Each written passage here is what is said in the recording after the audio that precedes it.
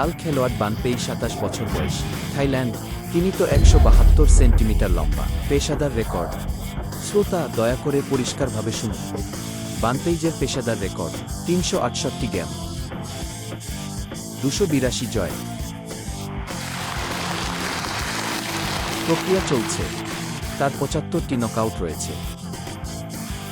আপনার সাথে এটি পরিচয় করিয়ে দেওয়া লাল দিকের ঝাং চেংলং, তার বয়স ১৮ বছর, চীন, উচ্চতা ১৭৭ সেমি, পেশাদার রেকর্ড ২৪ গেম, ২১টি জয়, খো প্রতিপক্ষ ৭ বার। হ্যালো বন্ধুরা, ইমেইল লিজেন্ডস ওয়ার্ল্ড ফাইটিং চ্যাম্পিয়নশিপে আপনাকে স্বাগতম। আজকের বেল্ট বাছাই পর্বের ম্যাচের এটি দ্বিতীয় ম্যাচ।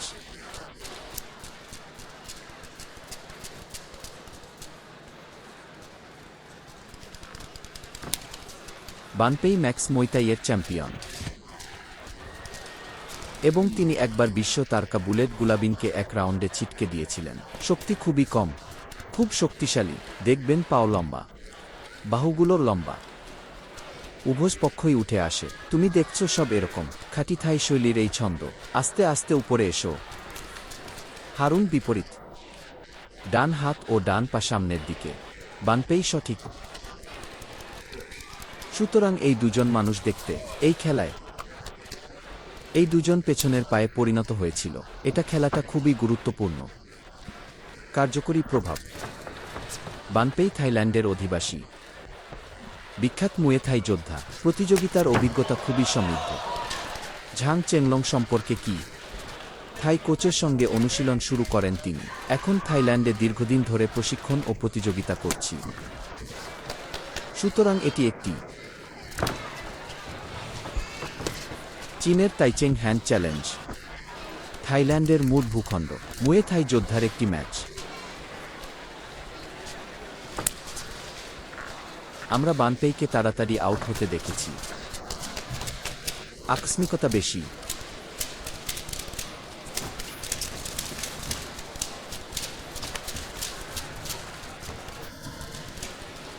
এই দুজন ঘুরে বেড়াচ্ছে। আসুন মুয়ে থাই খেলি, অথবা অবাধ লড়াইয়ে লড়াই করুন। কিছুক্ষণ ইতস্তত করার পর মনে হচ্ছিল দুপক্ষই। রেফারি কেন তা থামালেন না? আপনি দেখুন, এই দুজন মানুষ কখনই একে অপরের দ্বারা কষ্ট পাবে না। বাছুরের এই ধরনের আন্তঃক্রিয়া। হ্যাঁ, তুমি আমাকে একটা পা দাও, আমি অবশ্যই আপনাকে আরও একটি পা ফিরিয়ে দেব। ঝাং চংয়ের একটি অতিরিক্ত ব্যাক হ্যান্ড এবং একটি ফ্রন্ট হ্যান্ড রয়েছে। দেখুন এই দুটি খেলার ছন্দ। স্ট্যান্ডের ক্ষেত্রেও একই অবস্থা, অথবা মুয়ে থাইজের মতো। দুজনের কেউই তাড়াহুড়ো করেননি। আপনার সময় নিন। এই হাঁটু ভারী, যদিও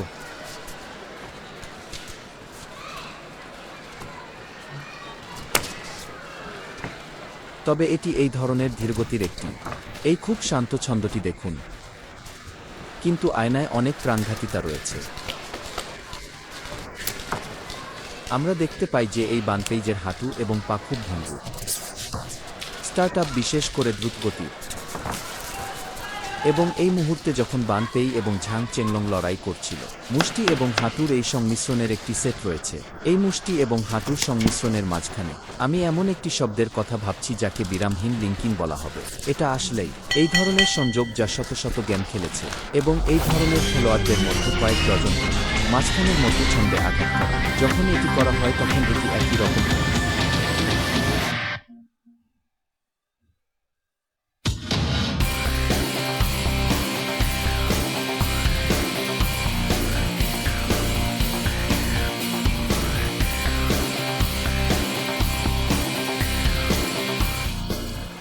বিচার এবং কর্মের গোপন করার ক্ষেত্রে আমি মনে করি বানপেইজের এখনও একটি নির্দিষ্ট সুবিধা রয়েছে। আপনি এই পাল্টা আক্রমণ দেখেন। মুয়ে থাইজের ক্ষেত্রে কখনো কখনো এমনটাই হয়। আমি নিজেকে কঠোর পরিশ্রম করতে না দেওয়ার চেষ্টা করি। আপনার পা দূরে সরে যেতে না দেওয়ার চেষ্টা করুন, কারণ লেগ সুইপ এত ভারী। এমনকি যদি আপনি এটি আপনার বাহু দিয়ে আঘাত করেন, তোমার বাহু ব্যথা করছে। কতবার এমন কিছু অস্ত্র রয়েছে যা এই ধরনের জিনিসটি ঝাড়ু দেয়। তুমি দেখছো,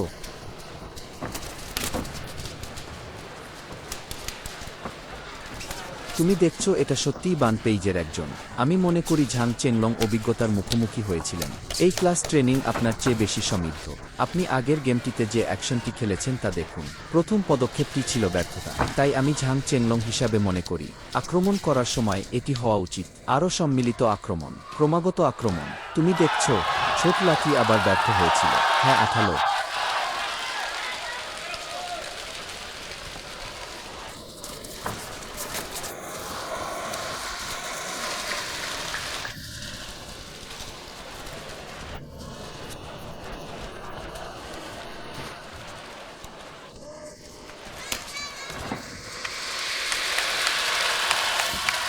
এই লেগ ক্যাচ কৌশল, যদিও দৃশ্যটি খুব ভালো, কিন্তু আসলে একজনের জন্য এটি এই পয়েন্টের জন্য একটি মানদণ্ড হিসাবে ব্যবহার করা হয় না।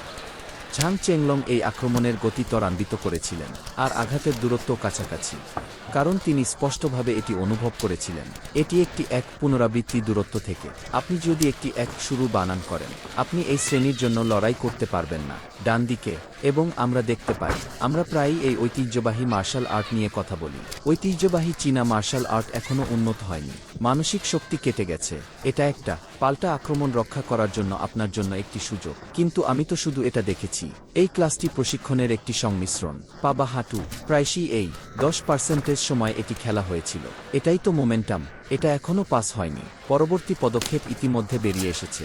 এই ক্লাসটি খুব স্বাচ্ছন্দ্যময়, বাস্তবতার উপলব্ধি এবং নিজের আন্দোলনের দক্ষতা চাহিদা বেশি।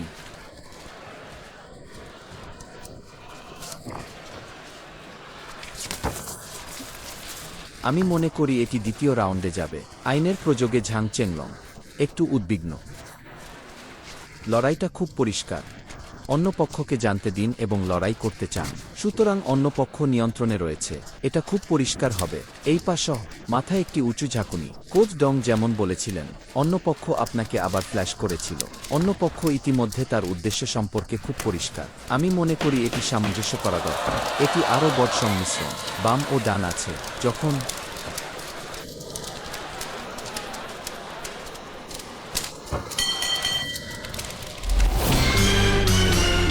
প্রকৃতপক্ষে এই প্রথম দুটির মাধ্যমে বানপেইকে দেখুন মাথা রক্ষার জন্য, এবং যখন এটি পরিবর্তন করা হয়, এই নিয়ন্ত্রণ এখনও তুলনামূলকভাবে বড়।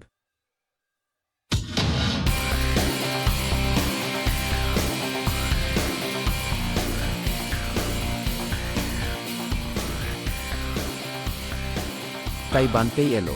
আপনি দেখুন, যদিও তার হাত তুলনামূলকভাবে আলগা, ডিফেন্স তুলনামূলকভাবে বড়, কিন্তু তার এগিয়ে যাওয়ার ক্ষমতা, পিছু হটার ক্ষমতা। এক আক্রমণের জন্য আপনার পদ্ধতিটি আক্রমণ করা অথবা মূল আইনের এক আক্রমণ, ডক এবং পিছু হটার ক্ষমতা খুব শক্তিশালী। তাই ঝাং চেনলং, কারণ আপনি এটি নিজের থেকে নেন না, প্রভাবটি প্রথম কর্মের উপর স্থাপন করা হয়। হ্যাঁ, এটি অবশ্যই পিছনে 2 বা 3টি আন্দোলন স্থাপন করতে হবে। তাই সুতরাং যখন ঝাং চেনলং আক্রমণ করেছিল, এটি অবশ্যই একটি আউটিংয়ে 3 বা 4টি চাল হতে হবে। আপনাকে কম্বিনেশন খেলতে হবে। ডান দিকে পিছনের পা ঘুরিয়ে দিন। আমরা দেখতে পাচ্ছি যে তথ্যটি আসলে বলে দুজনের মধ্যে উচ্চতার ব্যবধান রয়েছে। আসলে দেখুন, খালি চোখে এভাবে পর্যবেক্ষণ করলে দুজনের উচ্চতা প্রায় একই। ঝাং চেনলং এখনও একটু লম্বা। তুমি দেখছো এই বানপেইজের এখনও কিছু অভিজ্ঞ আচরণ রয়েছে। যখন আপনি দড়ির উপর হেলান দিচ্ছিলেন, এটাও তাড়াহুড়ো না করে। তুমি ওভারে আসতে পারো। তুমি এখানে এসো। আপনার সামনের পা তুলুন। আপনার আক্রমণগুলি ব্লক করার জন্য সর্বদা প্রস্তুত থাকুন। হ্যাঁ, মোটেও ভয় পাবেন না। ভয় পাবেন না যে অন্য পক্ষ আপনাকে এই দড়িতে মারধর করবে। কিছুটা সময় যখন আলী বনাম ফোরম্যান, আমি সর্বদা দড়ির কৌশলগত অনুভূতির উপর নির্ভর করেছি। খেলার এই স্টাইলটি চারপাশে বৃত্তাকারে রয়েছে এবং থাইল্যান্ডের আরেক বিখ্যাত খেলোয়াড়কে লেডেসলা বলা হয়। বজ্রপাত লেডেসলা। শরীর খুব তৈলাক্ত হয় আর পাল্টা আক্রমণ ও হামলার গতিবিধি খুবই ক্ষুদ্র। যদিও এই লেগ ক্যাচ প্রতিপক্ষের বিরুদ্ধে কার্যকর নয়, কিন্তু এটি অন্য পক্ষের ধারাবাহিকতা ব্যাহত করতে পারে। তুমি দেখছো বানপেই আবার দড়িতে উঠেছে। তাড়াহুড়ো করবেন না। এই টিপিক্যাল থাই কুস্তি।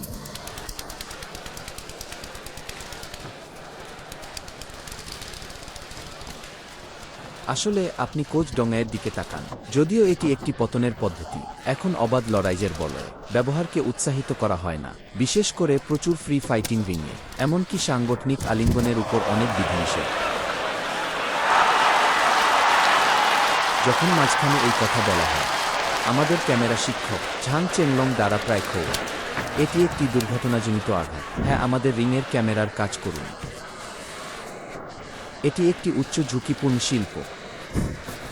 আপনি দেখুন, আসলে এই কারণেই আমরা যা বলেছি তা বলেছি। এই মুয়ে থাই পতনের সাথে প্রকৃতপক্ষে এটি চাইনিজ সান্ডা এবং দ্রুত কুস্তির মতোই। এটি দুটি ভিন্ন শৈলীতে সম্পন্ন করা হয়। হ্যাঁ, আরও বুদ্ধিমান। আর এভাবেই শরীরের ব্যবহার এমনভাবে করুন যাতে অন্য ব্যক্তির দেহের মাধ্যাকর্ষণ কেন্দ্র নষ্ট হয়ে যায়। ডান দিকে এই বানপেইজের এই দড়ি ব্যবহার, আমি এখনও এটি খুব পছন্দ করি এবং এটি অভ্যস্ত। দড়ির প্রান্তে হেলান দিয়ে তখন আমার ডিফেন্স প্রশস্ত ছিল। তুমি যদি ভিতরে আসে, আমি মুয়ে থাইতে এন্ট্যাঙ্গলমেন্ট ব্যবহার করব। ক্লোজ মোড়ানোর জন্য কিছু কৌশল। মাথা নিচু করলে আরও কাছাকাছি চলে আসবেন। আপনার বক্সিংকে শক্তিহীন করে তুলুন। ডান দিকে আসলে এই খেলা ঝাং চেনলং একজন তরুণ জেনারেল হিসাবে বান পেইজের মতো বিখ্যাত খেলোয়াড়ের মুখে। আমি মনে করি ঝাং চেনলং খুব ভালো খেলেছে।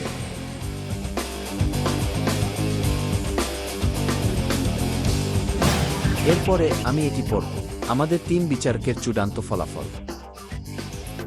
বিচারক নং 1 29-29, রায় নং 2 28-29, বিচারক নং 3 29-28। সুতরাং ড্র একটি প্লে অফ। হ্যালো বন্ধুরা, বাছাই পর্বের সাথে থাকুন, কারণ এটি একটি বাছাই পর্ব। আজ তারা বেল্টের জন্য লড়াই করছে।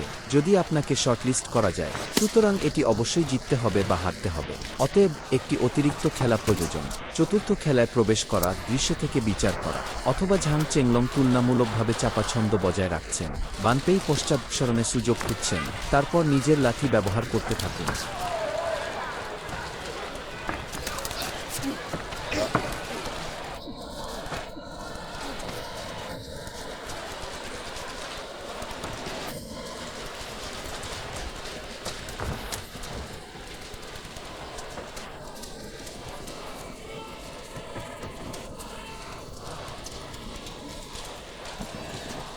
প্লে অফগুলিতে প্রবেশ করুন।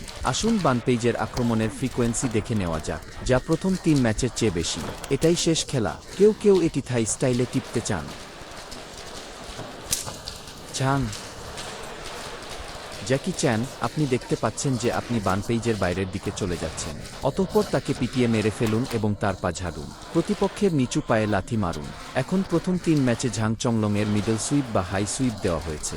বানপেই পিছনে ঝুঁকে এড়িয়ে গেল। সুতরাং আপনি দেখুন, চতুর্থ গেমে প্রবেশ করে ঝাং চংলং এখন একটি খুঁজে পেয়েছেন। বানপেইজের একটি অসুবিধা, একটি যুগান্তকারী পয়েন্ট। আমার প্রারম্ভিক পদক্ষেপটি মাঝখান থেকে উচ্চতা পর্যন্ত শুরু করা। যখন বানপেই আমার নড়াচড়া এড়াতে পিছনে ঝুঁকে পড়ল, আমার পা তোমার পায়ে আছে। এই ক্ষেত্রে হিট পাওয়ার একটু বেশি হয়, কিন্তু এই সময় আপনি দেখছেন, আমি মনে করি বানপেই এখানে আক্রমণ করার উদ্যোগ নিচ্ছে। দেখে মনে হচ্ছে অতীতে তিনি কম কৌশল এবং কৌশল ব্যবহার করেছিলেন, অথবা তার মতো কয়েক রাউন্ড দড়ি ব্যবহার করার সময় এটি বেশি ব্যবহার করা হবে, এবং তিনি আসলে তাকে উদ্যোগ নিতে দিয়েছিলেন। আমি এই সক্রিয় আক্রমণটি প্রথমটি আঘাত করার জন্য প্রেরণ করতে চাই। দেখে মনে হচ্ছে তিনি এটা স্বাভাবিকভাবে করতেন।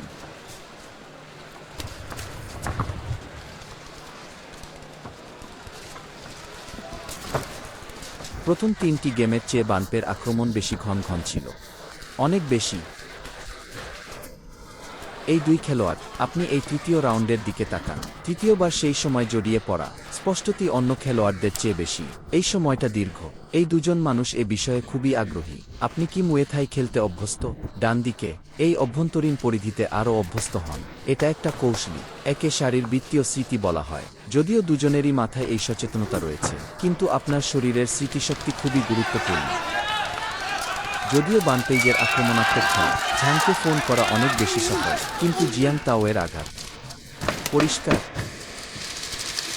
মুয়ে থাই যোদ্ধা হিসাবে বানপেইকে কিভাবে অনুসরণ করবেন, কিন্তু চতুর্থ রাউন্ড খেলার সময় আপনি দেখবেন কখন তিনি চাপ দিতে চান। আমি মনে করি না যে শারীরিক রিজার্ভগুলি খুব ভালো। আমি ব্যক্তিগতভাবে মনে করি এই রাউন্ড বানপেই আসলে তার শক্তি দেখান।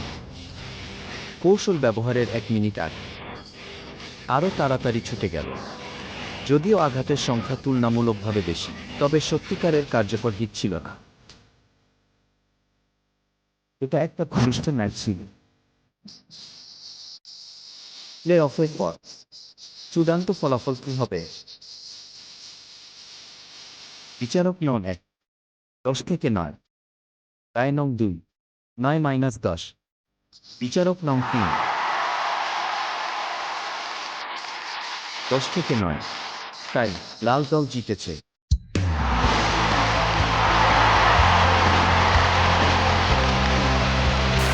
আমরা ঝাং চেনলংকে অভিনন্দন জানাই। অবশ্যই হাততালিও রয়েছে। থাইল্যান্ডে আমাদের বন্ধুরা যারা দূর থেকে এসেছেন তাদের বানপেই ধন্যবাদ।